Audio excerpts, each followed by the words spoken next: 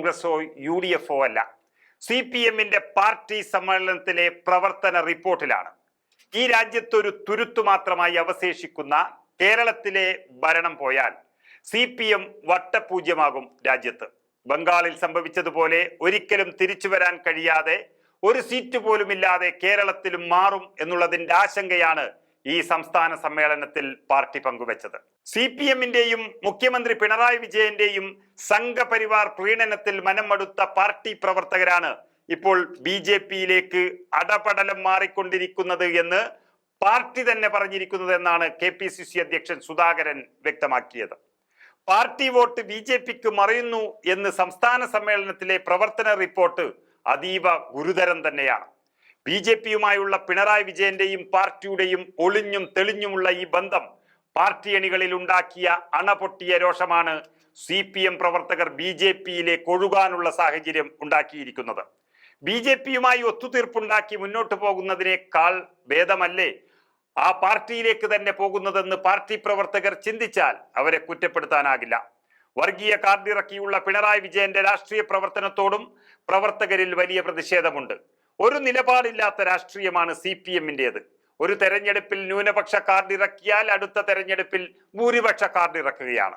സ്വന്തം വിശ്വാസതയും പാർട്ടിയുടെ വിശ്വാസതയും ഇല്ലാതാക്കിയ ഒരു നേതാവാണ് പിണറായി വിജയൻ എന്നിവിടെ ഈ സമ്മേളനത്തോടുകൂടി വ്യക്തമാകുന്നു. അതാണ് ഈ സമ്മേളനത്തിൽ പിണറായി വിജയനെതിരെ എതിർശബ്ദം ഉയർന്നു തുടങ്ങിയത്. കോൺഗ്രസ് മുക്ത ഭാരതത്തിനായി സഖ്യകക്ഷികളെ തേടി നടന്ന BJPക്ക് കേരളത്തിൽ കിട്ടിയ ഏറ്റവും വിശ്വസ്തനായ പാർട്ട്ണറാണ് CPM. 11 പാർട്ടികളുള്ള ഇടതുമുന്നണിയിലെ 12ാമത്തെ അനൗദ്യോഗിക പാർട്ടിയാണ് BJP എന്നാണ് സുധാകരൻ പറയുന്നത്. നിയമസഭാ തെരഞ്ഞെടുപ്പിൽ ഈ സഖ്യം വിജയകരമായി പ്രവർത്തിക്കുകയും പിണറായി വിജയൻ വീണ്ടും അധികാരത്തിലേറുകയും ചെയ്തു. പിണറായി വിജയനെതിരെയുള്ള ലാവ്ലിൻ കേസ്, സ്വർണ്ണക്കടത്ത് കേസ്, ലൈഫ് മിഷൻ കേസ്, മാസപ്പടി കേസ് തുടങ്ങിയ എല്ലാ കേസുകളും BJP ചവിട്ടി മെതിച്ചു. ഇപ്പോൾ പിണറായി വിജയൻ വളരെ ഉത്സാഹത്തോടെ നടക്കുന്നത് തന്നെ BJPയുടെ സഹായം കൊണ്ടാണ്. പിണറായി വിജയൻ ഇന്ന് ജയിലിൽ പോകാതിരിക്കുന്നതും കേന്ദ്രത്തിന്റെ കനിവിലാണ്. നമുക്കറിയാം, വയനാട് പുനരധിവാസം ഉൾപ്പെടെയുള്ള കാര്യങ്ങളിലും കേന്ദ്ര ഫണ്ടിലും കേന്ദ്ര വിഹിതത്തിലുമൊക്കെ കേന്ദ്ര സർക്കാർ കേരളത്തെ വഞ്ചിച്ചുവെങ്കിലും ഒന്ന് ശബ്ദിക്കാൻ പോലും പിണറായി വിജയൻ എന്ന മുഖ്യമന്ത്രിക്ക് കഴിയുന്നില്ല. UPA സർക്കാരുകൾക്കെതിരെ ഡൽഹിയിൽ സ്ഥിരം സമരം നടത്തിയിരുന്ന ആ പണ്ടത്തെ സുവർണകാലമൊക്കെ CPMുകാർ മറന്നുപോയിട്ടുണ്ട്. മോദി സർക്കാരിനെ ഫാസിസ്റ്റ് എന്ന് വിളിക്കാൻ പിണറായി വിജയൻ സമ്മതിക്കില്ല എന്നതാണ് CPM കേന്ദ്ര നേതൃത്വത്തിന്റെ ഏറ്റവും വലിയ ഗതികേട്. UDF തുടർച്ചയായി അധികാരത്തിന് പുറത്തിരുത്തിയാൽ കോൺഗ്രസ് പ്രവർത്തകർ കൂട്ടത്തോടെ BJPയിലെത്തും എന്നാണ് CPM പ്രചരിപ്പിച്ചിരുന്നത്.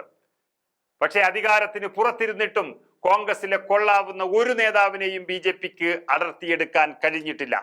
9 വർഷം അധികാരത്തിലിരുന്ന് അതിന്റെ എല്ലാ ആനുകൂല്യങ്ങളും പറ്റുന്ന CPM പ്രവർത്തകർ തന്നെ BJPയിൽ ചേക്കേറുന്നു എന്ന് പറയുമ്പോൾ സംസ്ഥാന സമ്മേളന പ്രവർത്തന റിപ്പോർട്ടിൽ അത് വെണ്ടക്ക അക്ഷരത്തിൽ എഴുതി വച്ചിരിക്കുമ്പോൾ CPM ചെറിയ രീതിയിൽ ആശങ്കപ്പെട്ടാൽ പോരാ. അതിനെക്കുറിച്ചെങ്കിലും പാർട്ടിയുടെ സംസ്ഥാന സമ്മേളനം സത്യസന്ധമായ ഒരു വിലയിരുത്തൽ നടത്തിയില്ല എങ്കിൽ പിണറായി സംഘപരിവാർ ബന്ധം എന്ന് തന്നെ വിലയിരുത്തേണ്ടി വരും.